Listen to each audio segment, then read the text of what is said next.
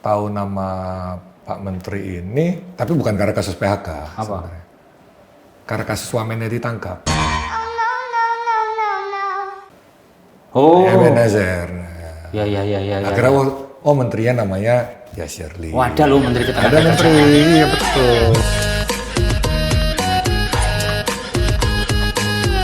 Ada untungnya juga ya ternyata Wamen ditangkap.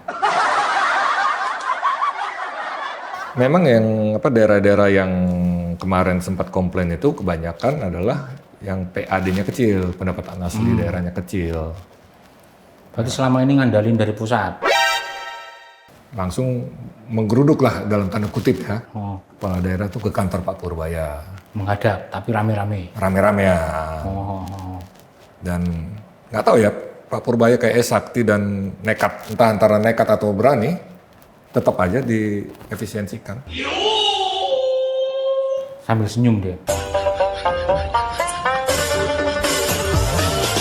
Senyum. Itu asik gitu.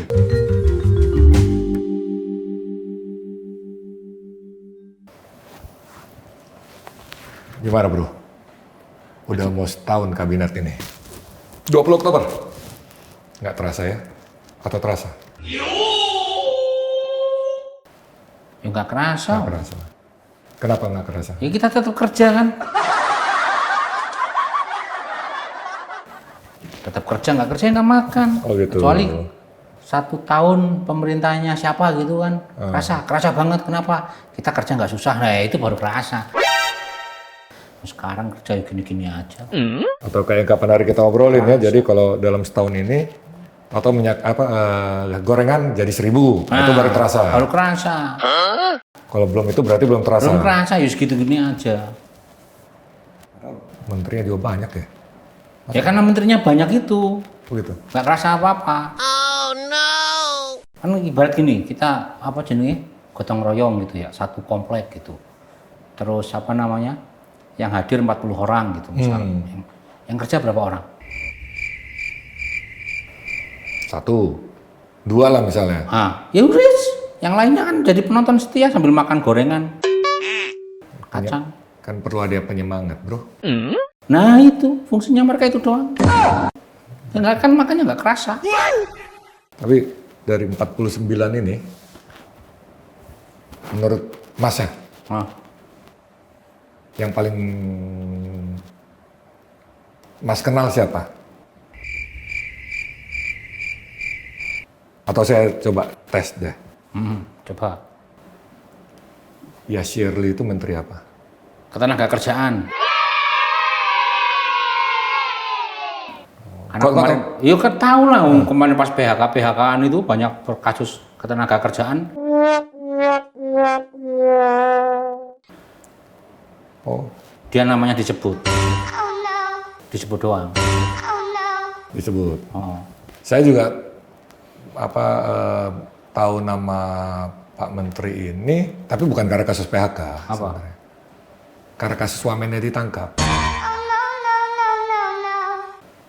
Oh. Ebenezer. Ya. Akhirnya oh menterinya namanya Yashirli. Oh, ada loh menteri Ada ketenagakerjaan. menteri, iya betul. Ada untungnya juga ya ternyata Wamen ditangkap. Ya bagi sebagian masyarakat memang semuanya dianggap ada untungnya. Oh. Ya walaupun mungkin bagi orang lain ya gua rugi kok, nggak ada yang untung kan. Jadi ya nggak tahu lah apakah itu ada yang untung apa enggak ya. Cuman yang pasti bahwa faktanya adalah si Immanuel Ebenezer sudah ditangkap dan sudah diganti. Oh. Yang ganti siapa? Nggak tahu. Sama. Nah, ya udahlah. Pokoknya gitu oke. Oke, terus kita coba lagi. Oh, siapa lagi? AHY menteri apa yo? Pak AHY pasti tahu kan? Iya, AHY. AHY menteri apa? Koordinator pembangunan infrastruktur. Kalau lengkapnya itu infrastruktur dan pembangunan kewilayahan. Berarti dia membawai PUPR terusan. Mestinya. Antara lain yang di bawahnya adalah Menteri Perumahan. Siapa? Siapa itu? Marwarar. Marwarar Sirait. Menteri PU. Nah, nggak tahu.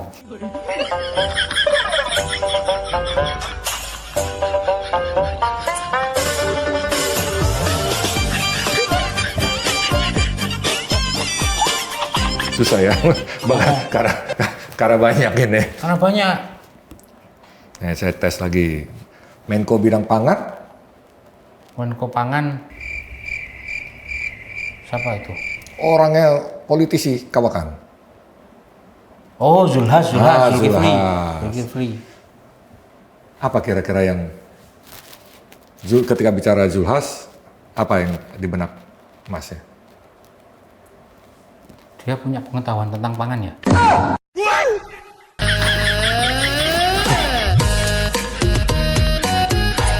Loh, ini serius nanya? Serius ya? Ya, secara ilmiah saya nggak tahu apakah dia punya pengetahuan apa tidak. Cuman yang faktanya adalah dia menjadi Menko bidang pangan.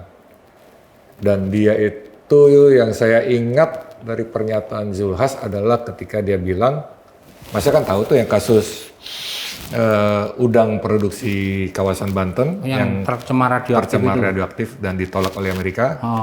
Nah, Pak Zulhas ini yang antara lain ngomong bahwa kadar radioaktif di udang-udang itu masih aman konsumsi. Wah, berarti dia punya pengetahuan. Punya pengetahuan. Pengetahuan apa? Itu tadi bisa bilang itu nggak apa-apa. Nah, cuman kok Amerika bilang nggak boleh? Berarti Pak Zulhas lebih pintar dari Amerika. Kita harus bangga itu. Harus bangga ya? Iya, bangga punya menteri pangan yang bisa menegasikan klaimnya Amerika. Bukan yang bisa meyakinkan bahwa masyarakat konsumsilah udang berradioaktif. Itu sisi lain. Tapi yang kita banggain dia berani counter. Gitu kan. Yang penting counter. Iya, counter. Kontra agenda asing ya? Itu kita bangga. Terus kan kabinet ini juga ya sempat mengenai wacana penggunaan etanol dalam bahan bakar. Nah, ini kabinet ini juga ada. Ada yang dicampur itu. Iya. Jadi bahwa itu katanya buat mengurangi impor. Jadi negara bisa berhemat lah dari impor bahan bakar. Berarti impor BBM-nya sedikit, terus etanol, terus campur etanol. Iya. Etanolnya dari mana? Nah itu jadi masalah. Apa? Seberapa besar kemampuan produksi kita? Nah itu berapa besar? Belum ketahuan, cuman hanya puluhan ribu lah kurang lebih produksi etanol, karena etanol kan dari jagung ya. Jagung apa singkong? Nah, dari jagung itu hanya sekitar 40.000, sedangkan kebutuhan kita kan banyak sekali bahan bakar ya. Itu makanya meskipun harga bahan bakar di Malaysia yang disubsidi itu lebih murah dari Indonesia, jumlah nilai yang harus kita bayarkan untuk subsidi itu jauh lebih besar. Karena konsumsinya memang sangat tinggi. Nah, cuman saya nggak tahu sih soal penggunaan etanol ini ya, apakah kan kapan hari sempat persoalkan tuh soal keamanan ke mesin. Nah, cuman kan Pak Menteri ini juga kayaknya bilang masih aman, dalam ambang batas juga, sama seperti radioaktif. Oh no. Pinter-pinter ya menteri sekarang ya. Pinter-pinter. Lama-lama nggak usah pakai BBM, pakai etanol aja bisa nggak? Iya mestinya gitu ya. Kalau memang lebih hemat ya. Itu aja. Cuman mungkin diawali dari mobil pejabat ya. Harusnya gitu. Mereka pakai mobil, pakai bahan bakarnya apa? Iya. Mereka terus mobil pribadinya pakai apa? Iya. Gitu, kasih contoh dulu. Masuk yang jadi uji coba nanti, yang rakyat kecil. Ya, apalagi yang ojek online itu kan alat produksi kendaraan itu kan. Jadi biarkan aja diuji cobakan oleh pemerintah. Oh ini ada satu lagi. Menteri Kehutanan. Yang main gaple. Menteri Kehutanan kok main gaple sih, gimana sih? Menteri Kehutanan tuh kerja loh, Mas. Oh iya. Jabatan itu, masa Menteri Kehutanan main gaple? Ya kan siapa tahu dia lagi iseng, lagi pengen hiburan. Dan masih dalam ambang batas juga mungkin ya? Ambang batas, kan masih nggak judi kok, main gaple doang, Main gaple, kartu. Apalagi lawannya itu mantan tersangka juga kan ya, sudah mantan kan. Ya nggak apa-apa. Nggak apa-apa. Kan semuanya teman. Ya, lebih baik menambah kawan ya. Iyalah, daripada nambah musuh. Itu prinsip yang baik gitu. Berarti prestasi di Kehutanan itu apa ya? Belum tahu lah ya. Yang penting, yang pasti yang sudah ketahuan Itu. gaple. Nah ini yang menteri baru, penggantinya Bu Sri Mulyani. Wah itu tahu mesti aku, Pak Purbaya. Oh ya, Oh itu itu menteri logis. bukan logistik. Bukan logis. Logisnya Menteri gimana? logistik semuanya kayaknya. Oh semuanya ya. Oh. Kalau yang logis itu yang jarang-jarang. Logisnya gimana dia? Dia membahasakan ekonomi itu jadi ringan gitu. Terus jadi kita kayak cerah gitu ke depannya. Nggak tahu cerah apa enggak. Cerah, Indonesia cerah, bukan Indonesia cemas. Cemas. Oh, Indonesia cerah. Kecerahannya seperti apa sih yang dibawa oleh Pak Purbaya ini? Soalnya yang saya ingat juga dari Pak Purbaya, dia ini loh, suka kayak cari musuh. Sebenarnya dia itu nggak cari musuh. Oh, musuh yang cari Aku dia. itu dukung Pak Purbaya. Oh gitu, terus? Oh. Dia itu aslinya itu ngomong bener. Cuma benernya dia itu nggak sama benernya yang lain. Akhirnya dimusuhi. Iya, gara-gara benernya nggak sama dengan bener yang lain. Jadi itu ada video juga viral juga, dia ngomong di DPR dan dia ngomong secara terbuka bahwa DPR sebelum ketemu dia tuh ada ketemu dengan pihak lain dan dia bilang bahwa pertemuan sebelum itu menjadi ajang DPR curcol untuk menekan dirinya. Oh, Berarti dia kayak udah sadar bahwa dia akan ditekan ya. terus dia tertekan nggak? Yang pasti sih satu. Apa? Jangan kayak gitu. Iya.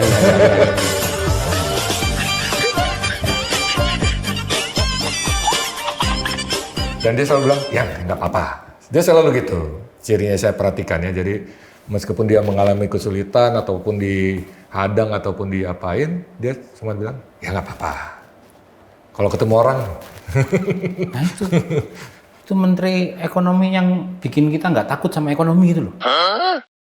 padahal koboi biasa nakut-nakutin ya. Oh, itu enggak. Ya wis, pokoknya ekonomi kita cerah, Ah. cerah ke depannya. Ya SG bisa sampai kapan gitu, running all time high. Tapi itu, jadi Kata ya, dia. bagi sejumlah kepala daerah, ekonomi menjadi tidak cerah kayaknya kalau karena Pak Purbaya ini. Lah karena mereka itu loh yang sama Pak Purbaya ditantang balik, minta dana, terus dia kemudian mau buka-bukaan, Ya. dana untuk infrastruktur berapa, untuk gaji guru honorer berapa, untuk bikin tugu peringatan berapa. Jadi selama ini dana yang ke daerah tuh banyak untuk tugu peringatan. Paling gitu. Ya kalau mau diaudit sekalian, Kan audit sudah dilakukan oleh BPK. dibuka lah.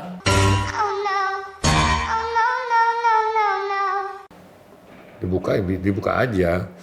Misalnya Pak Purbaya bilang gitu, hei kamu daerah mau minta anggarannya nggak dipotong, nggak apa namanya? Tuh transfer keuangan daerah. Oh, itu dananya nggak dipotong, ya udah, kamu anggarannya itu buat apa aja? Ya, jadi memang Pak Purbaya memang dia tidak mempersoalkan sebenarnya transfer ke daerah, yang dia persoalkan adalah penggunaannya. Nah, Jadi dia bilang bahwa ya daerah harus mulai mengefisiensikan karena selama ini banyak penggunaan dana itu untuk makan-makan, kunjungan kerja misalnya dari provinsi A, itu nggak mungkin cuma satu gubernur yang berangkat, pasti gubernur beserta rombongan. Banyak pasti. Nah itu dukungannya Pak Purbaya. Tapi makanya gimana dengan daerah-daerah ya memang yang daerah-daerah yang kemarin sempat komplain itu kebanyakan adalah yang PAD-nya kecil, pendapatan asli daerahnya kecil. Berarti selama ini ngandalin dari pusat.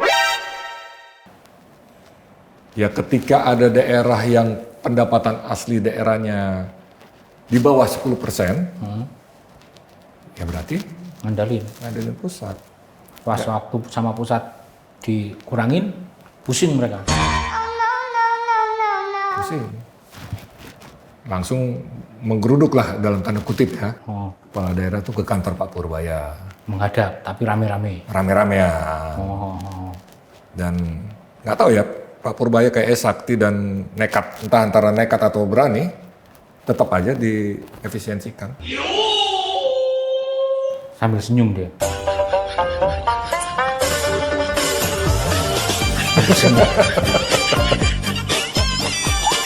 itu asik itu. Pak Purbaya. Dan itu tuh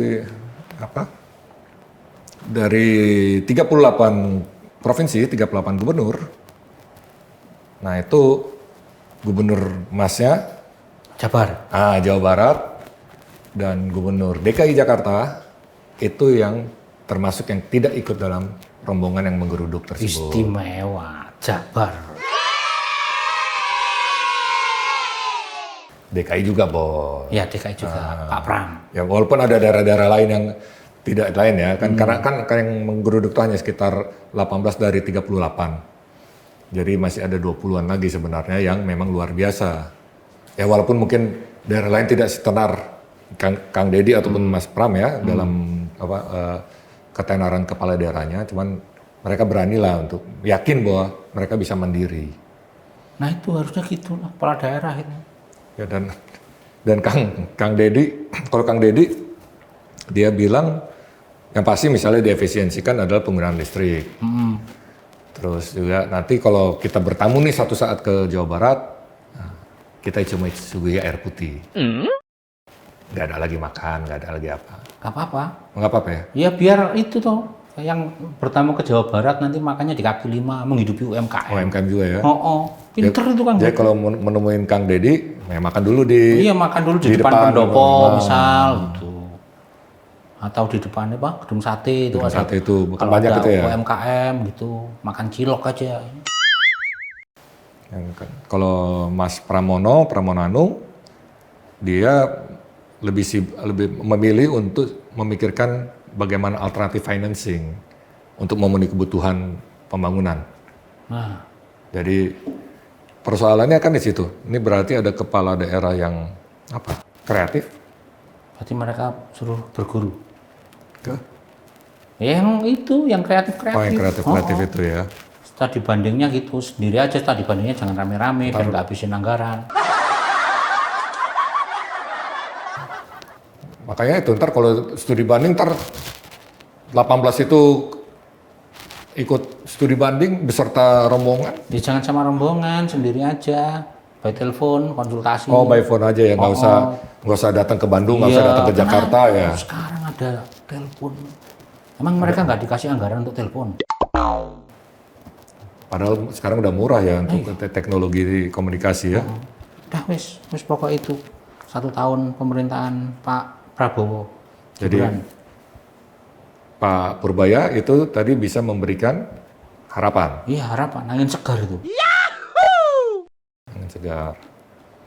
Ya, dan semoga Pak Purbaya tegar ya menghadapi kemungkinan terjadinya upaya-upaya menjepit Ya dirinya. pastilah susah berbuat baik untuk negeri ini di negerinya sendiri. Oh, so sih. Aku dengar itu dari siapa ya? Ada yang ngomong gitu. Pasti dari film. Bukan, dari orang Indonesia juga.